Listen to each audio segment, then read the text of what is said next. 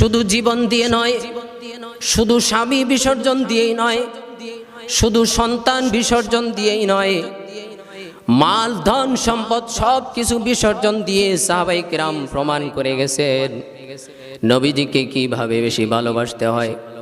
তাবুকের যুদ্ধের ঘটনা বলছি।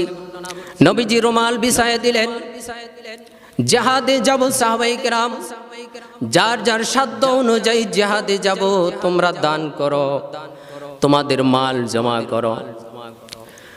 সাহাবায়ে কেরাম আপন আপন সাধ্য অনুযায়ী তাদের মালগুলা জমা করতে লাগলেন। কেউ 10 ভাগের 1 ভাগ, কেউ 5 ভাগের 1 ভাগ, কেউ 3 ভাগের 1 ভাগ, কেউ 2 ভাগের 1 ভাগ। হযরত ওমর রাদিয়াল্লাহু তাআলা আনহু আজকে মহা খুশি। জীবনে কোনোদিন আবু বকর থেকে বেশি আমল করতে পারি নাই, আবু বকরকে ডিঙ্গায়া কোনোদিন আমল করতে পারি নাই, আবু বকর থেকে অগ্রগামী হতে পারি নাই। আজকে মনে হয় আমি আবু বকর সিদ্দিক রাদিয়াল্লাহু তাআলা আনহু থেকে অগ্রগামী হয়ে যাব। ওমর রাদিয়াল্লাহু তাআলা আনহু এই জিনিসটা ভাববার কারণ হলো, ওমর রাদিয়াল্লাহু তাআলা আনহুর যত সম্পদ ছিল সকল সম্পদকে তিনি 2 ভাগ করলেন। 1 ভাগ পরিবার পরিজনের জন্য রেখে আসলেন, আর 1 ভাগ তিনি নবীজির কদম মোবারকে এনে হাজির করলেন। ওমর রাদিয়াল্লাহু তাআলা আনহু অপেক্ষা করতে লাগলেন কখন আবু বকর আসবেন, আর তিনি যে আজকে আবু বকর থেকে বিজয় হয়েছেন এটা বলবেন। কিছুক্ষণ পরে আবু বকর সিদ্দিক রাদিয়াল্লাহু তাআলা আনহু চলে আসলেন। আবু বকর সিদ্দিক রাদিয়াল্লাহু তাআলা আনহু চলে এসে নবী করিম সাল্লাল্লাহু আলাইহি ওয়াসাল্লামের কাছে একটা পুটলি হাজির করলেন। আবু বকর বললেন, ইয়া রাসূলুল্লাহ, ইয়া হাবিবাল্লাহ, এই আবু বকরের সম্পদ বলতে যা কিছু ছিল, আবু বকরের সম্পদ বলতে যা কিছু ছিল, সকল সম্পদ আবু বকর আপনার কদম মোবারকে হাজির করেছে। একটা কানা করি পর্যন্ত আবু বকর অবশিষ্ট রাখে নাই যা আল্লাহর রাসূলকে দেয় নাই। পুরা সম্পদ আবু বকর নবী করিম সাল্লাল্লাহু আলাইহি ওয়াসাল্লামের কদম মোবারকে হাজির করে দিলেন।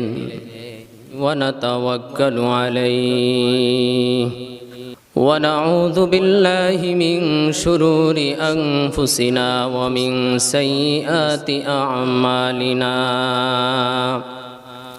من يهده الله فلا مضل له ومن يضلله فلا هادي له ونشهد أن لا إله إلا الله وحده لا شريك له ونشهد أن محمدا عبده ورسوله أما بعد فأعوذ بالله من الشيطان الرجيم بسم الله الرحمن الرحيم قل إن كان آباؤكم وأبناؤكم وإخوانكم وأزواجكم وعشيرتكم وأموال اقترفتموها وتجارة تخشون كسادها ومساكن ترضونها أحب إليكم من الله ورسوله وجهاد في سبيله فتربصوا حتى يأتي الله بأمره وقال النبي صلى الله عليه وسلم لا يؤمن أحدكم حتى أكون أحب إليه من والده وولده والناس أجمعين اللهم صل على محمد وعلى آل محمد كما صليت على إبراهيم وعلى آل إبراهيم إنك حميد مجيد اللهم بارك على محمد وعلى آل محمد كما باركت على إبراهيم وعلى آل إبراهيم إنك حميد مجيد। আমি আপনাদের সামনে যে আয়াত তেলাওয়াত করেছি এই আয়াতের মধ্যে আল্লাহ পাক রব্বুল আলামিন চমৎকার একটা বিষয় নিয়ে আলোচনা করেছেন। আল্লাহ এবং আল্লাহর রাসূলের ভালোবাসার কথা বলেছেন। আল্লাহ তাআলা বলেন যে তোমাদের পিতামাতা, তোমাদের সন্তান সন্ততি, তোমাদের আত্মীয় স্বজন, তোমাদের ভাই বোন, তোমাদের স্ত্রীগণ, তোমাদের ধন সম্পদ যা তোমরা অনেক কষ্ট করে উপার্জন করেছো, তোমাদের ব্যবসা বাণিজ্য যার লোকসানকে তোমরা ভয় পাও, তোমাদের ঘর বাড়ি যাকে তোমরা সীমাহীন পছন্দ করো, ইত্যাদি সব কিছুর চেয়ে যদি আল্লাহ এবং আল্লাহর রাসূলের ভালোবাসা বেশি না হয় তাহলে তোমরা শাস্তির অপেক্ষায় থাকো। হাদিস শরীফে নবী করিম সাল্লাল্লাহু আলাইহি ওয়াসাল্লাম বিষয়টা আরো চমৎকার ভাবে বলেন, লা ইউমিনু আহাদুকুম হাত্তা আকুনা আহাব্বা ইলাইহি মিন ওয়ালিদিহি ওয়া ওয়ালাদিহি ওয়ান নাসি আজমাইন। নবী করিম সাল্লাল্লাহু আলাইহি ওয়াসাল্লাম বলেন, তোমরা ততক্ষণ পর্যন্ত পরিপূর্ণ মুমিন হতে পারবে না, ততক্ষণ পর্যন্ত পরিপূর্ণ ঈমানদার হতে পারবে না যতক্ষণ পর্যন্ত তোমাদের পিতামাতা, সন্তানাদি, এমনকি দুনিয়ার সকল মানুষ থেকে রাসূল সাল্লাল্লাহু আলাইহি ওয়াসাল্লামকে বেশি ভালো না বাসবে। তো রাসূল সাল্লাল্লাহু আলাইহি ওয়াসাল্লামের ভালোবাসা এটা ঈমানের একটা অনেক বড় অঙ্গ। উক্ত আয়াত এবং হাদিসকে সামনে রাখলে এবং সাহাবায়ে কেরাম রাদিয়াল্লাহু তাআলা আনহু আমাদেরকে দেখিয়ে গেছেন যে উক্ত আয়াত এবং হাদিসের উপর কিভাবে আমল করতে হয়। সাহাবায়ে কেরাম রাদিয়াল্লাহু তাআলা আনহু দুনিয়ার সকল কিছুর চেয়ে রাসূল সাল্লাল্লাহু আলাইহি ওয়াসাল্লামের ভালোবাসাকে সবচেয়ে অগ্রাধিকার দিয়েছেন, সবচেয়ে প্রাধান্য দিয়েছেন। হাদিস শরীফের মধ্যে বর্ণিত আছে নবী করিম সাল্লাল্লাহু আলাইহি ওয়াসাল্লামের এক সাহাবী হযরত যায়েদ বিন দাসিনা রাদিয়াল্লাহু তাআলা আনহু, হযরত যায়েদ বিন দাসিনা রাদিয়াল্লাহু তাআলা আনহু বদরের যুদ্ধে তিনি মক্কার এক বড় সড় কাফের নেতাকে হত্যা করেছিলেন। এই যায়েদ বিন দাসিনা রাদিয়াল্লাহু তাআলা আনহুকে মক্কার বেঈমান কাফের মুশরিকেরা একদিন আটক করলো, গ্রেফতার করলো। যায়েদ বিন দাসিনা রাদিয়াল্লাহু তাআলা আনহুকে হত্যা করে দেওয়া হবে। হযরত যায়েদ বিন দাসিনা রাদিয়াল্লাহু তাআলা আনহুকে হত্যার পূর্ব মুহূর্তে কাফের মুশরিকেরা একটা প্রস্তাব পেশ করলো, হে যায়েদ, তোমাকে এই মুহূর্তে আমরা মৃত্যুর হাত থেকে বাঁচায়ে দিব, তোমাকে হত্যা করা হবে না। একটা কথা যদি তুমি বলো, তুমি যদি চাও তোমার পরিবর্তে তোমার রাসূল, তোমাদের নবী মুহাম্মদ সাল্লাল্লাহু আলাইহি ওয়াসাল্লামকে হত্যা করা হোক, এতটুকু যদি তুমি শুধু তোমার জবান দ্বারা বলো, তাহলে আমরা তোমাকে হত্যা করব না, তোমাকে ছেড়ে দিব। হযরত যায়েদ বিন দাসিনা রাদিয়াল্লাহু তাআলা আনহু বললেন, হে বেঈমান কাফের মুশরিকরা, ভালো করে শুনে রাখো, আমার রাসূলকে হত্যা করবা সে তো অনেক বড় কথা, আমার রাসূলকে তোমরা হত্যা করে দিবা এটা তো অনেক বড় বিষয়। আমি যায়েদ জীবিত থাকতে আমার রাসূলের পায়ে একটা কাটার ফোঁটা লাগবে, এটা পর্যন্ত আমি যায়েদ সহ্য করব না, এতটুকু পর্যন্ত আমি সহ্য করব না। হযরত যায়েদ বিন দাসিনা রাদিয়াল্লাহু তাআলা আনহু দেখিয়ে দিলেন কিভাবে নিজের জীবনের চেয়ে রাসূলকে বেশি ভালোবাসতে হয়। অতঃপর বেঈমান কাফের মুশরিকেরা যায়েদ বিন দাসিনা রাদিয়াল্লাহু তাআলা আনহুকে শহীদ করে দিল। তবে তিনি পারতেন তার জীবনটাকে বাঁচাইতে। তিনি যদি শুধু এতটুকু বলতেন, আমার পরিবর্তে আমার রাসূলকে হত্যা করে দেওয়া হোক, তাহলেই তিনি ছাড়া পেয়ে যেতেন। এই জায়গার মধ্যে আমরা হলে কিন্তু এমনটাই করতাম। উহুদের ময়দানে নবী করিম সাল্লাল্লাহু আলাইহি ওয়াসাল্লাম গুরুতর আহত হন, অনেক ব্যথা পান নবী করিম সাল্লাল্লাহু আলাইহি ওয়াসাল্লাম। মদিনা থেকে উহুদের ময়দান 3 মাইল দূরবর্তী।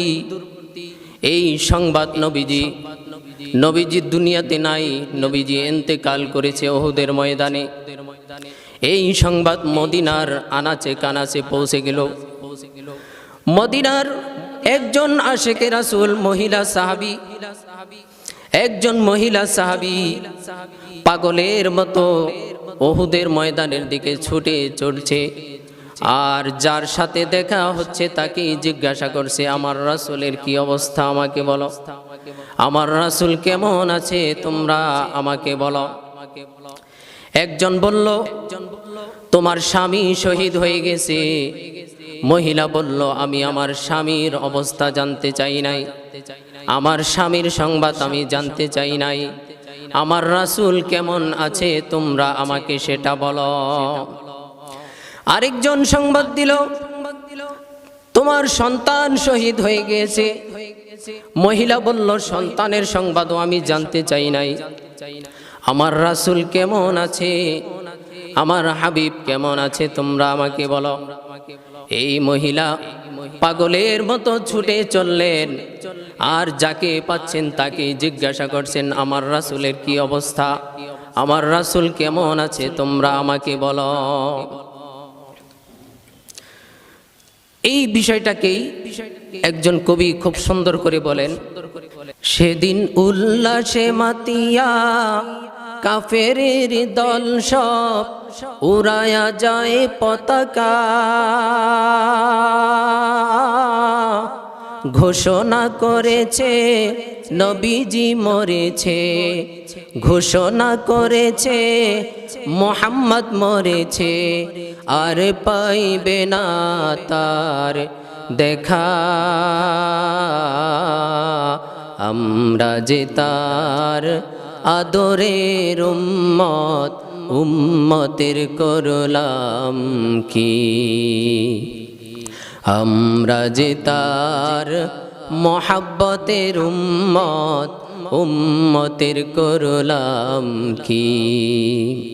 শুনিয়া সেই সংবাদ এক মুসলিম মহিলা পাগল হয়ে ছুটেছে।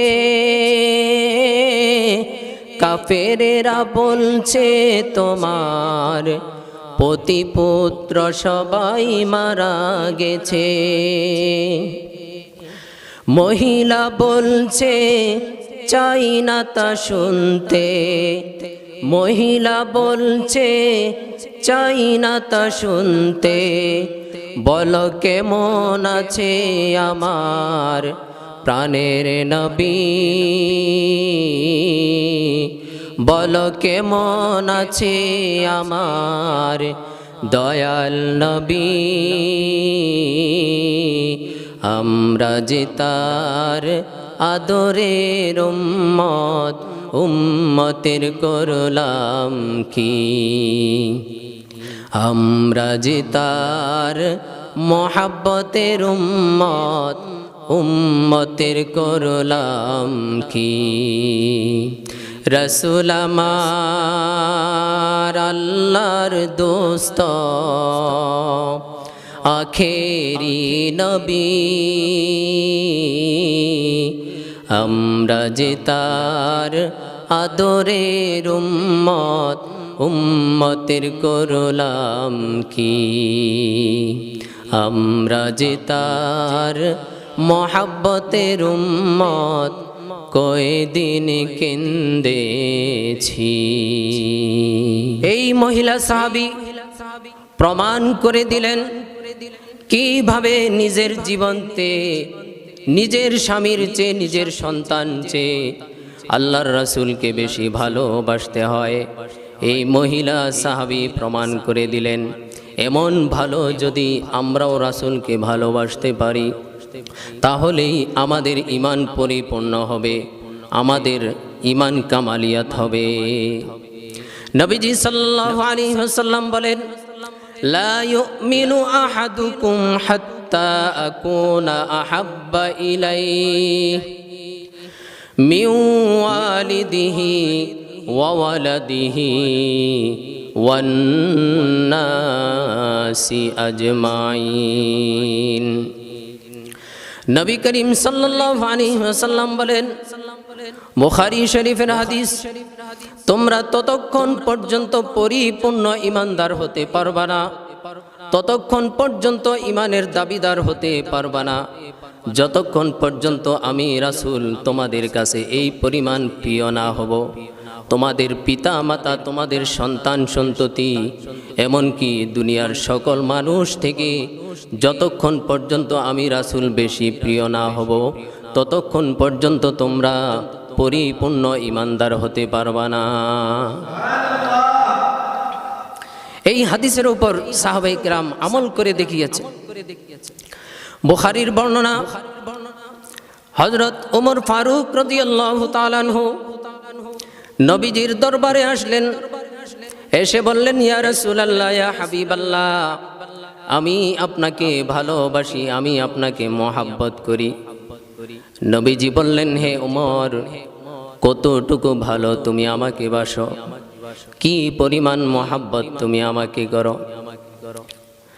হযরত ওমর বললেন, দুনিয়ার সব কিছুর চেয়ে আপনাকে বেশি ভালোবাসি, তবে নিজের জীবন থেকে বেশি ভালোবাসি না। বলতে পারেন, ওমর এটা কেমন কথা বলল? আমরা হলে তো বলতাম, ইয়া রাসূলুল্লাহ, ইয়া হাবিবাল্লাহ, আপনাকে এত ভালোবাসি, আমাদের ভালোবাসার কোনো বর্ণনা দেওয়ার ভাষা আমাদের কাছে নাই। আপনাকে এত ভালোবাসি, আকাশের নক্ষত্র যদিও গোনা যায়, কিন্তু আপনাকে কি পরিমাণ ভালোবাসি এই ভালোবাসার কোনো পরিধি করা যাবে না, এই ভালোবাসা কোনো দিন গুণে শেষ করা যাবে না। আমরা হলে বিভিন্ন ছল চাতুরীপূর্ণ কথা বলে দিতাম, কিন্তু সাহাবায়ে কেরাম রাদিয়াল্লাহু তাআলা আনহু তারা এমন ছিলেন, তাদের ভিতরে যা ছিল। এই কারণে ওমর বলেন, ইয়া রাসূলুল্লাহ, ইয়া হাবিবাল্লাহ, আমি আপনাকে দুনিয়ার সব কিছুর চেয়ে বেশি ভালোবাসি, তবে আমার নিজের জীবন থেকে বেশি ভালোবাসি না। রাসূল বললেন, হে ওমর, ভালোবাসা হয় নাই, তোমার রাসূলের প্রতি তোমার পরিপূর্ণ প্রেম এখনো হয় নাই। যতক্ষণ পর্যন্ত তোমার নিজের জীবন থেকে তোমার রাসূলকে বেশি ভালো না বাসবা ততক্ষণ পর্যন্ত তুমি পরিপূর্ণ মুমিন হতে পারবে না, ততক্ষণ পর্যন্ত আমি রাসূলকে ভালোবাসার দাবিও করতে পারবে না। দুনিয়ার সব কিছুর থেকে আমি রাসূলকে বেশি ভালোবাসতে হবে। ওমর রাদিয়াল্লাহু তাআলা আনহু মাথাটা নিচু করলেন, একটু চিন্তা করলেন, মনকে বুঝালেন, মনকে ওয়াজ করলেন, মনকে শাসন করলেন, মনকে প্রস্তুত করলেন। একটু পরে ওমর রাদিয়াল্লাহু তাআলা আনহু বললেন, হে ওমর রাদিয়াল্লাহু তাআলা আনহু বললেন, ইয়া রাসূলুল্লাহ, ইয়া হাবিবাল্লাহ, এখন ওমর শুধু দুনিয়ার সব কিছুর থেকে বেশি নয়, ওমরের নিজের জীবন থেকেও বেশি আপনাকে ভালোবাসি। নবীজি বললেন, আল আনা ইয়া উমর, আল আনা ইয়া উমর, হে ওমর এতক্ষণে হয়েছে, হে ওমর এতক্ষণে হয়েছে, এতক্ষণে তোমার ঈমান পরিপূর্ণ হয়েছে, এতক্ষণে তোমার রাসূলকে ভালোবাসায় পরিপূর্ণ হয়েছে। সাহাবায়ে কিরাম রাদিয়াল্লাহু তাআলা আনহু যেইভাবে জীবন মরণ সব কিছু বিসর্জন দিয়ে রাসূলকে ভালোবেসেছেন, এমন ভালোবাসার নজির আমাদেরকেও দেখাইতে হবে। শুধু জীবন দিয়ে নয়, শুধু স্বামী বিসর্জন দিয়েই নয়, শুধু সন্তান বিসর্জন দিয়েই নয়, মাল ধন সম্পদ সব কিছু বিসর্জন দিয়ে সাহাবায়ে কেরাম প্রমাণ করে গেছেন নবীজিকে কিভাবে বেশি ভালোবাসতে হয়। তাবুকের যুদ্ধের ঘটনা বলছি, নবীজি রুমাল বিছায়ে দিলেন, জিহাদে যাব সাহাবায়ে কেরাম, যার যার সাধ্য অনুযায়ী জিহাদে যাব, তোমরা দান করো, তোমাদের মাল জমা করো। সাহাবায়ে কেরাম আপন আপন সাধ্য অনুযায়ী তাদের মালগুলা জমা করতে লাগলেন। কেউ 10 ভাগের 1 ভাগ, কেউ 5 ভাগের 1 ভাগ, কেউ 3 ভাগের 1 ভাগ, কেউ 2 ভাগের 1 ভাগ। হযরত ওমর রাদিয়াল্লাহু তাআলা আনহু আজকে মহা খুশি, জীবনে কোনোদিন আবু বকর থেকে বেশি আমল করতে পারি নাই, আবু বকরকে ডিঙ্গায়া কোনোদিন আমল করতে পারি নাই, আবু বকর থেকে অগ্রগামী হতে পারি নাই।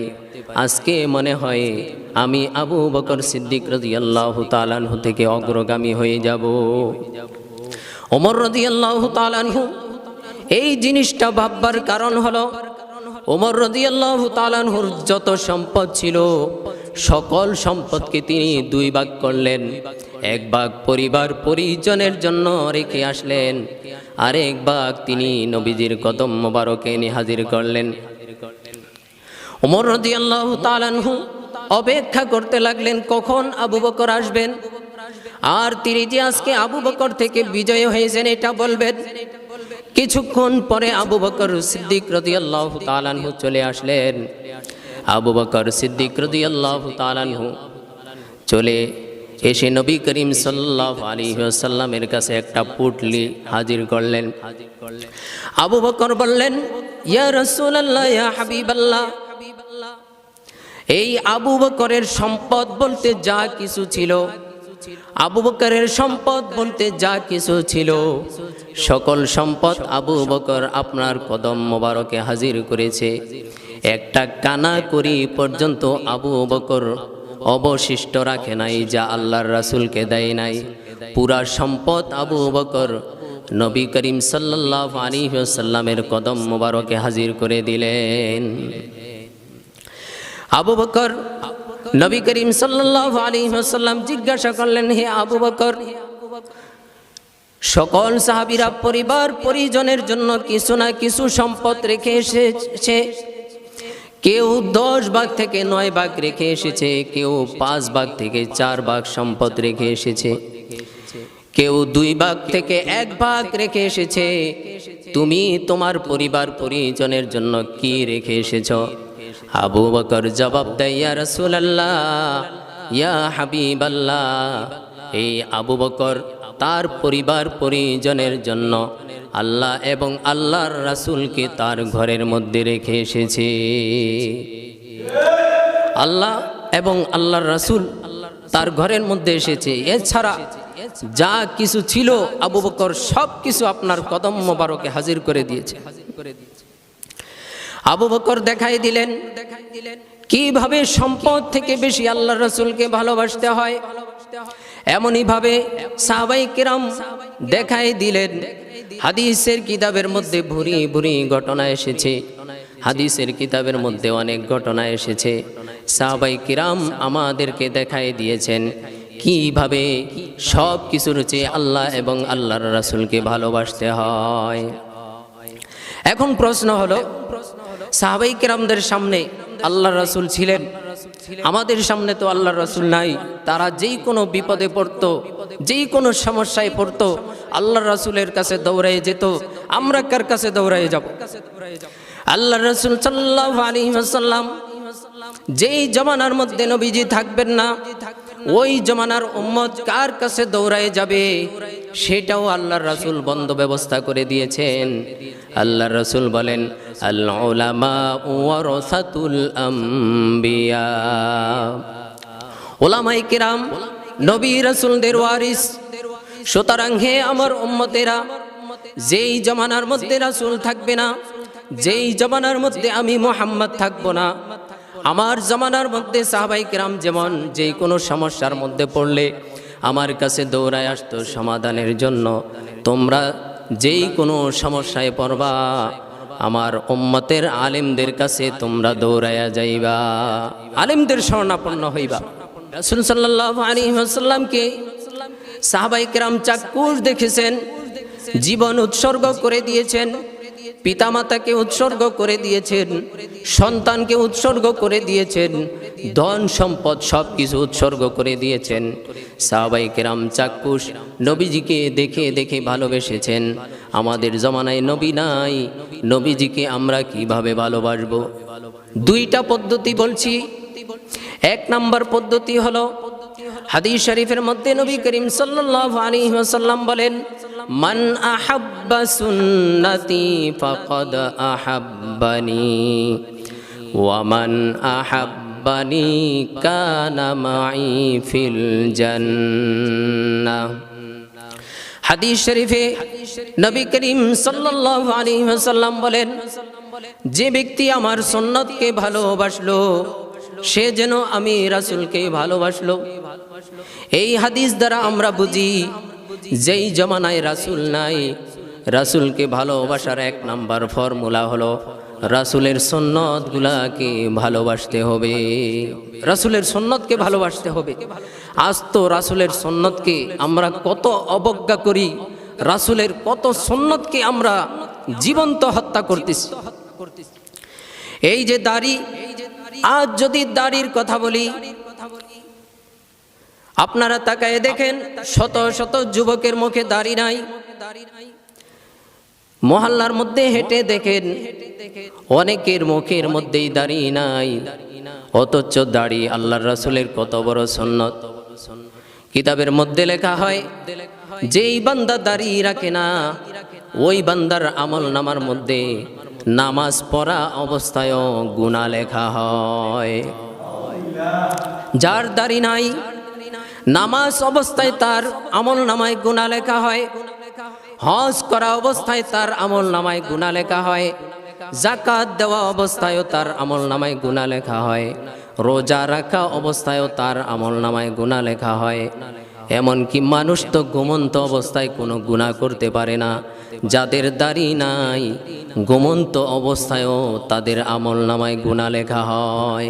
এই কারণে দাড়ি কত গুরুত্বপূর্ণ বিষয়, আমরা নিয়ত করি সবাই ইনশাআল্লাহ দাড়ি রেখে দিব। তো বলতেছিলাম রাসূল সাল্লাল্লাহু আলাইহি ওয়াসাল্লামের অসংখ্য অগণিত সুন্নতকে আমরা মুহাব্বতের জায়গায় আজকে হত্যা করতেছি, জীবন্ত কবর দিয়ে দিতেছি। রাসূলের সুন্নতগুলোকে এক দিক দিয়ে যেমন মুহাব্বত করতে হবে, অন্য দিক দিয়ে সুন্নতগুলোর উপর আমল করতে হবে, সুন্নতের উপর আমল করতে হবে। রাসূল বলেন, মান আহাব্বা সুন্নতি ফাকাদ আহাব্বানি ওয়া মান আহাব্বানি কানা মাই ফিল জান্নাহ।